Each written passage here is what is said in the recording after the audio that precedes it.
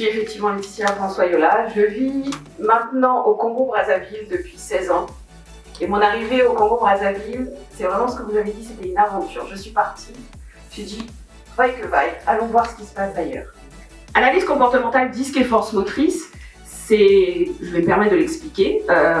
C'est une analyse ou une méthode qui permet d'identifier 4 tendances comportementales.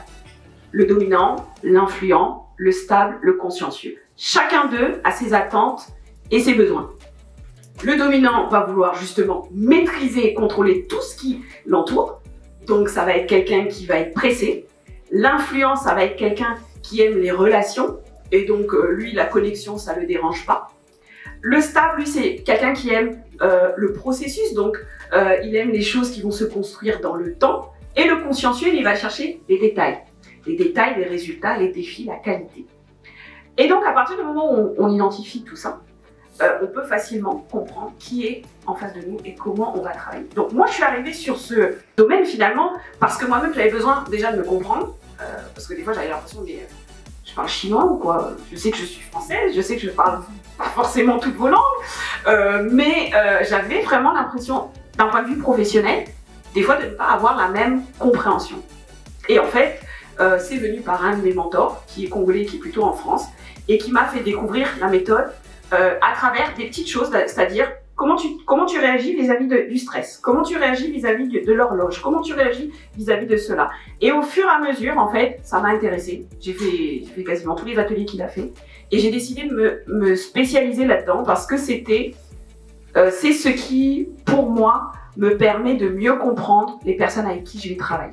Je dois venir faire cette formation sur analyse comportementale.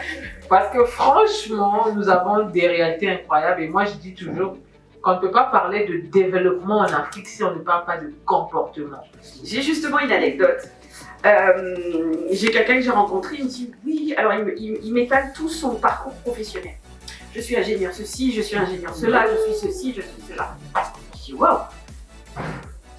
Et je lui dis, et tu fais quoi? Enfin, du coup, je connais ton métier, mais qu'est-ce que tu fais comme... Enfin, tu travailles où? Non, je suis au chômage. Ah, ok. Ingénieur au chômage. Voilà. Et je commence à creuser un petit peu. Et puis, lors d'un atelier de sensibilisation sur le disque, où je parle justement du dominant, il me dit, oui, mais je dois réagir comment quand le chef m'énerve? Moi, quand il m'énerve, je lui envoie une clé à molette.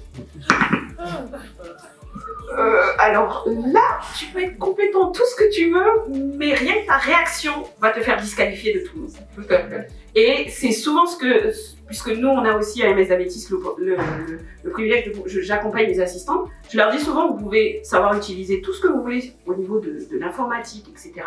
Si vous ne savez pas parler, si vous ne savez pas vous comporter, si vous ne savez pas accueillir, si vous ne savez pas parler à votre manager, Wow. ben on ne vous gardera pas parce qu'à un moment donné, il y aura quelque chose qui fera que vous ne me comprenez pas et vous ne me représentez pas bien.